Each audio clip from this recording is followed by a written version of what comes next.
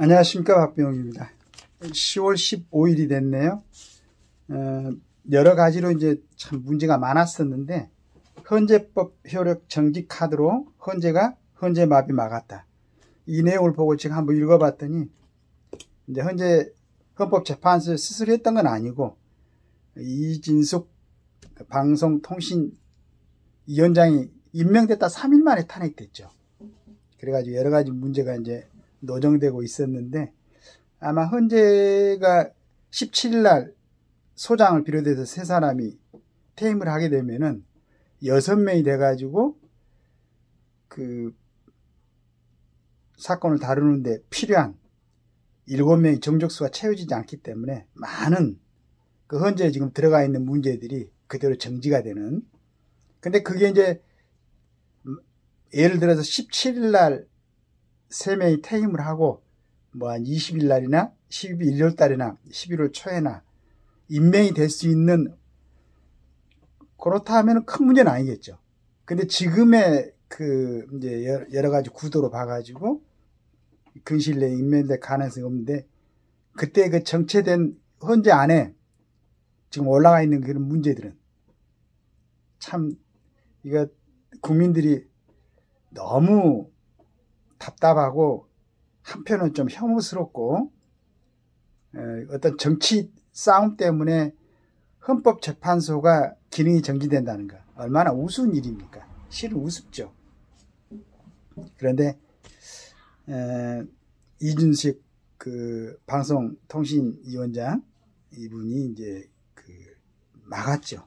본인의 이제 그걸 한번 보니까, 헌법재판소가 여야 대립으로 후임 헌법재판관 선출 절차를 진행하지 않는 국회의 행포를 막아섰다. 헌법재판관 9명 중 3명이 오는 17일 퇴임하면서 법이 정하는 심리정족수 7명을 못 채워 기능마비기에 놓였던 헌재가 스스로 이 조항의 효력을 정지해 방어한 것이다. 헌재는 14일 이준숙 방송통신위원장이 헌법재판관 공백으로 자신에 대한 탄핵 심판 절차가 정지되는 것을 부당하다며 낸 가처분 신청을 재판관 전원 일치 의견으로 받아들였다. 헌재는 이날 헌법재판소법이 정한 재판관 7명 이상이 출석해야 사건을 심리할 수 있다는 조항의 효력을 정지시켰다. 국회가 17일 퇴임하는 이종석 헌재소장과 이영진, 김기영 재판관의 후임 재판관 선출을 미루면서 헌재 사건이 줄줄이 멈출 위기에 놓였었다. 재판관 6명만 남게 돼 이른바 심리 정족수를 채우지 못하게 된 것이다. 현재는 임기 만료에 따른 재판관 공석 상태에서 해당 조항에 따라 사건을 심리조차 할 수 없다면 이는 재판의 사유로 재판 절차를 정지시키는 것이며 신속한 재판을 받을 권리를 과도하게 제한하는 것이라고 했다. 이날 결정으로 새 재판관 퇴임 후에도 이 위원장의 탄핵 사건 심리는 이어지게 됐다. 이 위원장은 지난 8월 국회에서 탄핵이 소추돼 직무가 정지된 상태다. 현재 계류 중인 현재 사건도 심리 중단을 피하게 됐다. 다행스러운 일입니다. 어떻게 이제 실은 이런 염려는 국회 법제사법위원회에서 해야 되죠. 그리고 국회 법제사법위원회가 정상적으로 가동이 됐으면은 이런 게 신문에 나올 일도 없죠. 국민들의 많은 지탄을 받아야 되지 않을까 하는 생각을 합니다. 어떻게 가장 지금 크게 영향력을 행사하는 국가기관, 그리고 본인들은 뭐 국정감사 자리에나 청문회 자리에서도 본인들이 국민들의 대표로 나왔다고, 그 다음에 조금 증인들이나 누가 뭐라 하면은 국회법이 있더라고 보니까.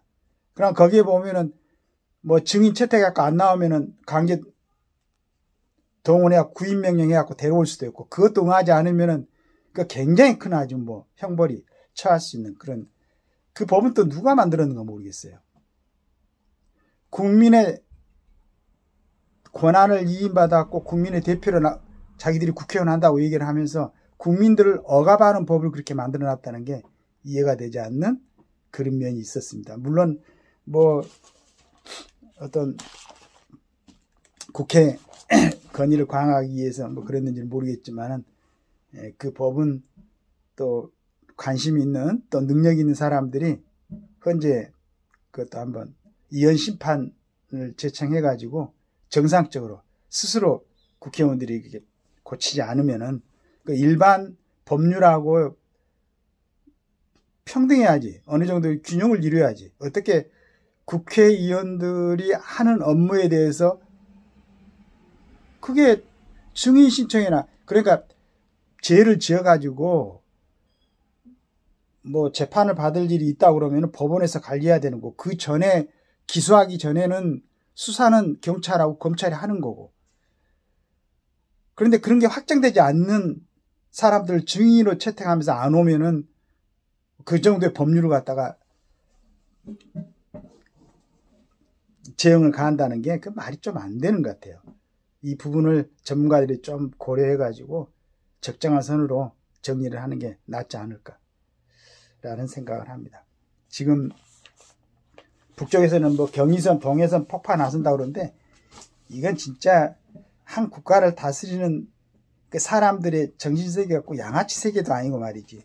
어떻게 우리나라에서 돈을 많이 남쪽에서 돈을 가져가지고 철도 복원다고 다 했더만 그 돈들을 자기들 마음에 안 든다고 자기들이 그냥 어물풍선을 얼마나 많이 날렸어. 그런데 뭐 무인기 하나 날라갔다고 전쟁하자고 저러 덤비니 저런 애들을 상대를 하면서 지금 나라 안에서 나라를 걱정하다는 사람들이 말도 안 되는 일을 갖고 국력을 낭비하고 이런 헌재를 갖다 기능을 정지시키고